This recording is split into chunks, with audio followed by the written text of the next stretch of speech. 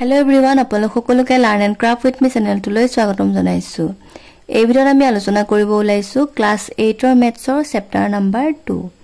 ইয়াৰ নাম আছিল first degree equation in one variable, অৰ্থাৎ এটা চলকযুক্ত এক ঘাতৰ সমীকৰণ। যোৱা ক্লাছত আমি এক্সাৰসাইজ 2.2 ৰ কোৱেশ্যন নম্বৰ 18 লৈকে ডিসকাস কৰিছিলো। তো এই ভিডিঅ'ত আমি ষ্টাৰ্ট কৰিম কোৱেশ্যন নম্বৰ 92 ৰ পৰা। গতিকে বলা পলম নকৰি ভিডিঅ'টোলৈ আগবাঢ়ো। Yada this says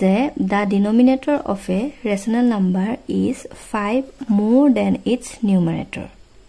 Tamane ki koise eta rational number অর্থাৎ পৰিমেয় সংখ্যা তোমাৰ কি কৈছে হৰটো লবতকৈ কিমান বেছি বুলি কৈছে সোৱা 5 দিছনে then its numerator মানে লবতকৈ তোমাৰ কিমান বেছি বুলি কৈছে 5 বেছি. If 1 is subtract from the numerator and 3 is subtract from denominator. ঠিক আছে এতিয়া হৰৰ পৰা তোমাৰ কিমান কমাব দিছে সোৱা নিউমাৰেটৰ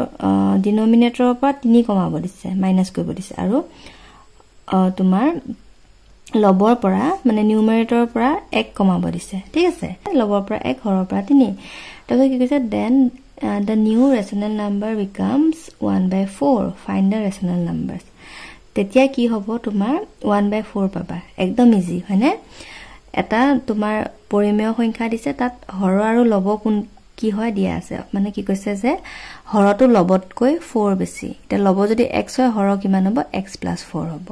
এটা দুইটাই কলে যে লবৰ লগত তোমাৰ 1 মাইনাস কৰা আৰু হৰৰ লগত 3 মাইনাস কৰা তেতিয়া তুমি কিমান পাবা বুলি কৈছে 1/4 পাবা গতিকে পৰিমেয় সংখ্যাটো উলাব পাৰিবা হয়নে এতিয়া সো আমি কেনে কৰিম এতিয়া সোৱা ইয়াতে আমি নিউমাৰেটৰটো x বুলি ধৰিছো ডিনোমিনেটৰটো তোমাৰ কি কৈছো x + 4 বুলি ধৰিছো তে ইয়াতে আমি লিখি লও নিউমাৰেটৰ মানে হৈছে লব আৰু তোমাৰ ডিনোমিনেটৰ মানে হৈছে হৰ ঠিক আছে তো আমাৰ ৰেশনাল নাম্বাৰটো হ'ব p/q মানে লব বাই হৰ লবটো সদায় ওপৰত থাকে হৰটো তলত থাকে তো আমি ফ্ৰেকশনটো পাইছো x / x + 5 এতিয়া কি কৈছে সোৱা according to question এটা আমি প্ৰথমতে পাতিলম ফ্ৰেকশনটো x / x + 4 x + 5 এতিয়া কি কৈছে প্ৰথম নিউমাৰেটৰৰ পৰা 1 মাইনাস কৰিব দিছে গতিকে x -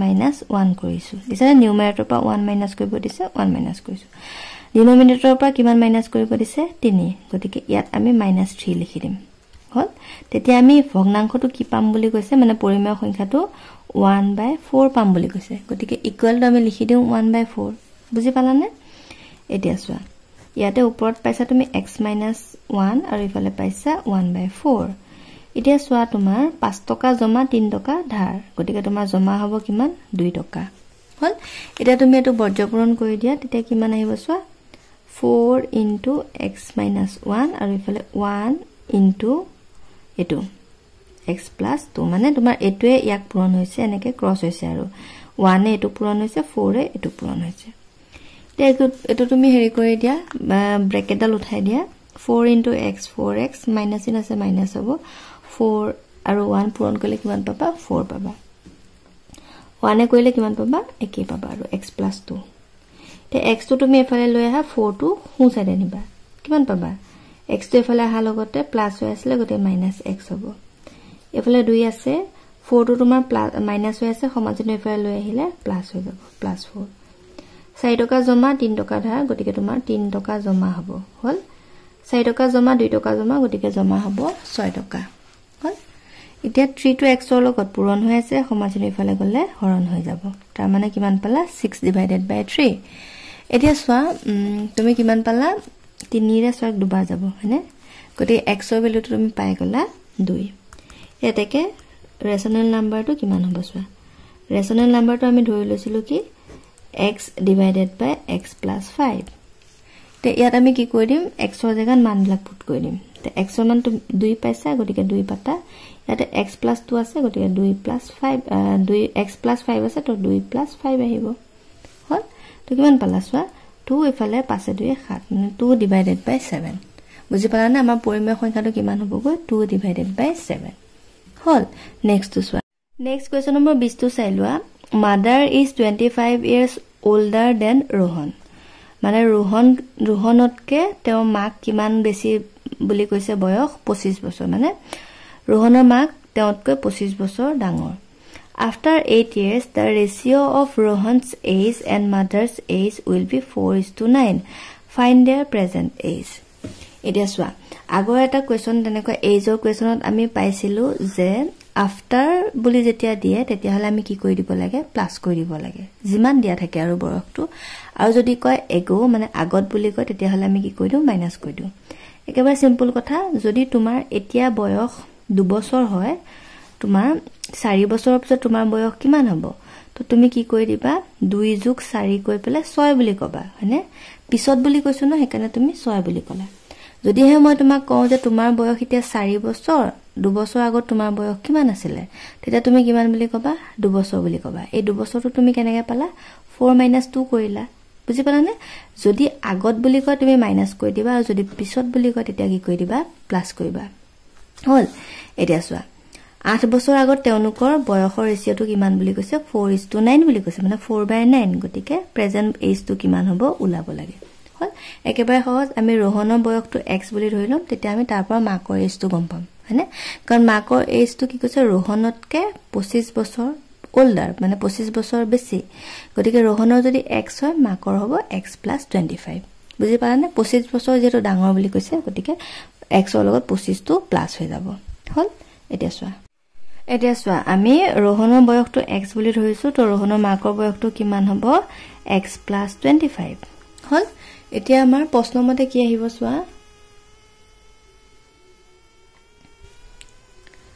according to question কিমান বছৰ পিছত বুলি কৈছিলে 8 বছৰৰ পিছত এতিয়া আমাৰ যেহেতু অনুপাতত দিছে আমি হেকানে কি কৰিম रोहনৰ বয়সটো ওপৰত লিখিম মাকৰ বয়সটো তলত লিখিম কিমান বুলি দিছিলে 4:9 মানে 4:9 মানে হৈছে কি 4/9 গতিকে 4/9 লিখিলো হল এতিয়া সোৱা কিমান বছৰ আগত বুলি কৈছিলে 8 বছৰ গতিকে আমি কি কৰি দিম ইয়াৰ লগত প্লাস কৰি দিম 8 হল এতিয়া ইয়াৰ পৰা x ৰ ভ্যালুটো উলিয়াই লোৱা x + 8 আছে ওপৰত আৰু তলত তোমাৰ 25 আৰু 8 আছে হয়নে দুইটা প্লাস কৰি দিয়া কিমান আহিব